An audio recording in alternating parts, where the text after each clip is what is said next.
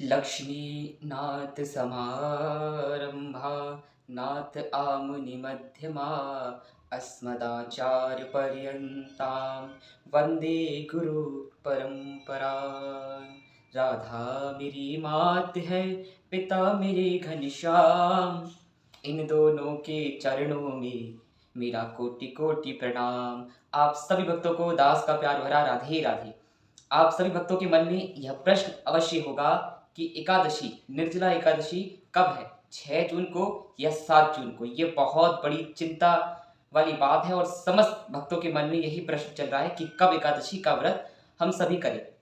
आप सभी भक्त इस वीडियो में बने रहिएगा। आप सभी भक्तों के मन का प्रश्न इस वीडियो के अंदर है और भी ऐसे प्रश्न जो आपके मन में उत्पन्न हो सकते हैं, उसका भी उत्तर इसी वीडियो में आपको प्राप्त होगा। जेठ माह की शुक्ल पक्ष की यह निर्जला एकादशी का महत्व पहले आप लोग जानिए। देखिए, आप लोग महत्व जान लेंगे तो महत्व के बाद अगर आप कोई चीज करिएगा, व्रत करेंगे, तो उसका और मजा आएगा और आपको आनंद आएगा। निर्जला एकादशी का महत्व क्या है? निर्जला एकादशी का व्रत करने मात्र से आपके समस्त पाप तत्क्षण नष्ट हो जाते हैं। दूसरी बात, जो भक्त यह बोलते हैं कि महाराज जी, हम 24 एकादशी का व्रत, 24 एकादशियों का व्रत हम नहीं कर सकते, सालों एकादशी का व्रत नहीं कर सकते, कृष्ण पक्ष की और शुक्ल पक्ष की हम नहीं कर पाते, हमसे भूखा नहीं रहा जाता। तो मेरे प्यारे भक्तों, आपको कोई चिंता की बात नहीं है। निर्जला एकादशी का व्रत अगर आप कर लेते हैं तो आपको एक साथ 24 एकादशी के व्रत का फल मिल जाता है। एक साथ इसे साल की सबसे बड़ी एकादशी भी कहा जाता है।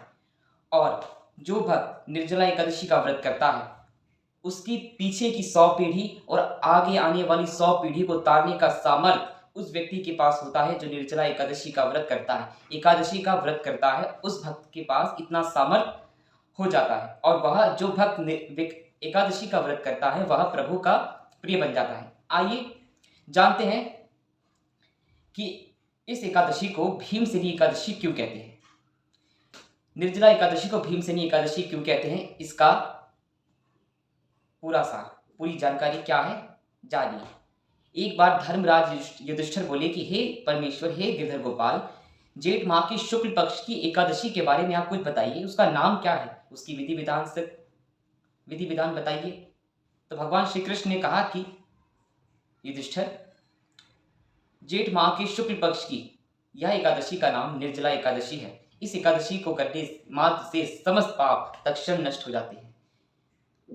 एक बार की बात है कि महर्षि वेदव्यास जी, जो वेदों के ज्ञाता हैं, वेदों के रचयिता, पुराणों के रचयिता, वो वहां एक बार सत्संग कर रहे थे, कथा चल रही थी, तो वहां धर्मराज युधिष्ठिर भी वहां उपस्थित थे, भीम भैया भी उपस्थित थे। तो वहां धर्मराज युधिष्ठिर ने पूछा कि प्रभु, जेठ माह कोई ऐसा व्रत बताइए जिस व्रत के करने से समस्त पाप नष्ट हो जाते हैं। तो महर्षि वेदव्यास जी ने निर्जला एकादशी के व्रत का महत्व बताया और कहा कि एकादशी के दिन सभी मनुष्य को अन्न का त्याग करना चाहिए। तो यह सब सुनकर भीम भैया ने बोला कि प्रभु, मुझसे तो भूखा रहा ही नहीं जाता, मेरे भाई, मेरी पत्नी, मेरी माँ और भी समस्त प्रजा सभी एकादशी का व्रत करते हैं, वह अन्न जल का त्याग करते हैं, परंतु मुझसे अन्न जल का त्याग नहीं हो सकता, मैं खाना के बिना रह नहीं सकता, भोजन के बिना रह नहीं सकता। तो यह सब सुनने के बाद महर्षि वेदव्यास जी ने कहा कि भीम, अन्न पर इतनी आसक्ति सही नहीं है तुम्हारे लिए। आगे चलकर तुम्हारी गति, जब तुम्हारा मोक्ष होने पर तुम्हें बहुत कठिनाई का सामना होगा। तो यह सब सुनकर भीम भैया बोले कि प्रभु, कुछ उपाय बताइए। तब महर्षि वेदव्यास जी ने कहा कि भीम, तुम्हारे लिए तुम एक काम करो, जेठ माह की शुक्ल पक्ष की जो अब निर्जला एकादशी आने वाली है, तुम उस एकादशी का व्रत करो बड़ी ही निष्ठा से।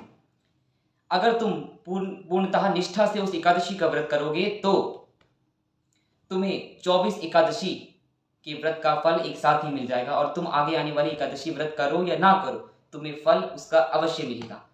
तो भीम ने इस एकादशी को बड़ी निष्ठा से किया।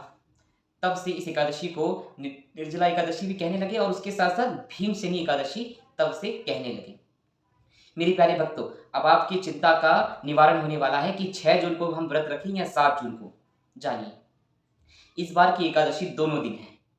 अब ये कैसे दोनों दिन? मेरे प्यारे भक्तों, इस वीडियो को पूरा जानिएगा, आप आधा सुनकर मत जाइएगा, क्योंकि कोई भी अगर आपसे पूछे तो आप आधा अधूरा ज्ञान लेके जाते हो, उसके बाद कोई पूछता है कि 2 दिन कैसे, तो सब लोग बोलते हैं अरे इनके धर्म में, सनातन धर्म में तो हर चीज दो दो है। ऐसा इसका पूरा कारण जानिए, उसके बाद 2 दिन कैसे है इस बार।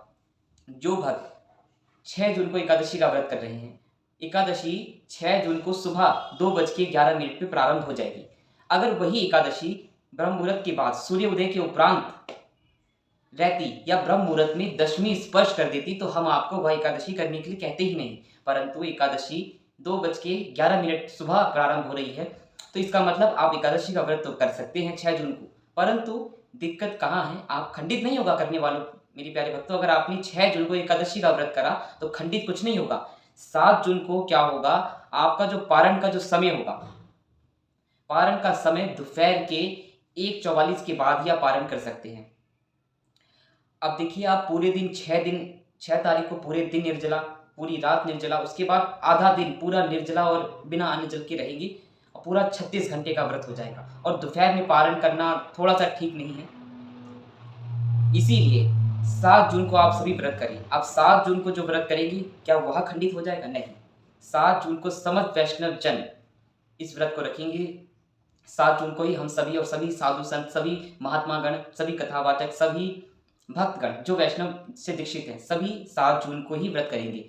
अब 7 जून को व्रत जो करेंगे वह द्वादशी युक्त एकादशी के साथ द्वादशी युक्त एकादशी है। सभी ग्रंथों में, ब्रह्म वैवर्त पुराण में भी लिखा है कि जो एकादशी में द्वादशी थोड़ी सी भी स्पर्श हो जाती है, उस एकादशी को श्रेष्ठ एकादशी कहा जाता है। तो 7 जून को विशेष एकादशी है जिसमें द्वादशी युक्त है। अब 8 जून को जो आप पारण करेंगे, पारण का समय यहाँ ध्यान देखिए। इस बार आपको बहुत संभल कर हर चीज करना है, क्योंकि यह साल की सबसे बड़ी एकादशी है, गलती बिल्कुल ना हो जाए। 8 जून को सुबह 5:23 के बाद 7:15 से पहले आप लोग पारण अवश्य कर लें, क्योंकि 7:17 से त्रयोदशी लग जाएगी। उसके बाद अगर आप पारण करते हैं तो आपको एकादशी के व्रत का कोई भी फल नहीं मिलेगा। इसीलिए मेरे प्यारे भक्तों, समय रहते ही आप लोग पारण कर लें तो आपके लिए श्रेष्ठ है। तो हम सभी जन 7 जून को एकादशी का व्रत करेंगे। आप सभी भक्त इस वीडियो को ज़्यादा से ज़्यादा शेयर करें, जिससे सभी को पता चले कि एकादशी का व्रत कब है और हम सब कब रखें। 7 जून को आप सभी रखिएगा, पारण भी आपको बता दिया है। अब एक प्रश्न था कि निर्जला एकादशी का जब हम व्रत करेंगे तो हमें जल, जैसे हम बाथरूम अगर जाते हैं, वॉशरूम जब जाते हैं तो हमें कुल्ला करना पड़ता है। कुल्ला करने में कोई मनाही नहीं है, आप लोग कुल्ला कर सकते हैं आराम से। अगर आपको प्रसाद रूपी चरणामृत कहीं मिल रहा है तो चरणामृत मंदिर में पान कर सकते हैं, उतना ही आपको छूट है। उसके अलावा आपको जल ग्रहण नहीं करना है। अन्न तो दूर, अन्न तो छोड़िए, जल ग्रहण नहीं करना। जिस टाइम पे पारण है उस टाइम पे आप जल ग्रहण करिएगा। सूर्योदय के उपरांत सूर्योदय तक आप लोग निर्जला एकादशी का व्रत करें। आप सभी का व्रत बड़ा ही मंगलमय हो और आप सभी भक्त की भक्ति बढ़े। आप सभी भक्त कथा अवश्य सुनिएगा। मैं कथा आपको एकादशी से एक दिन पहले कथा अवश्य डाल दूंगा, तो आप लोग कथा अवश्य सुनिएगा। आप सभी भक्तों को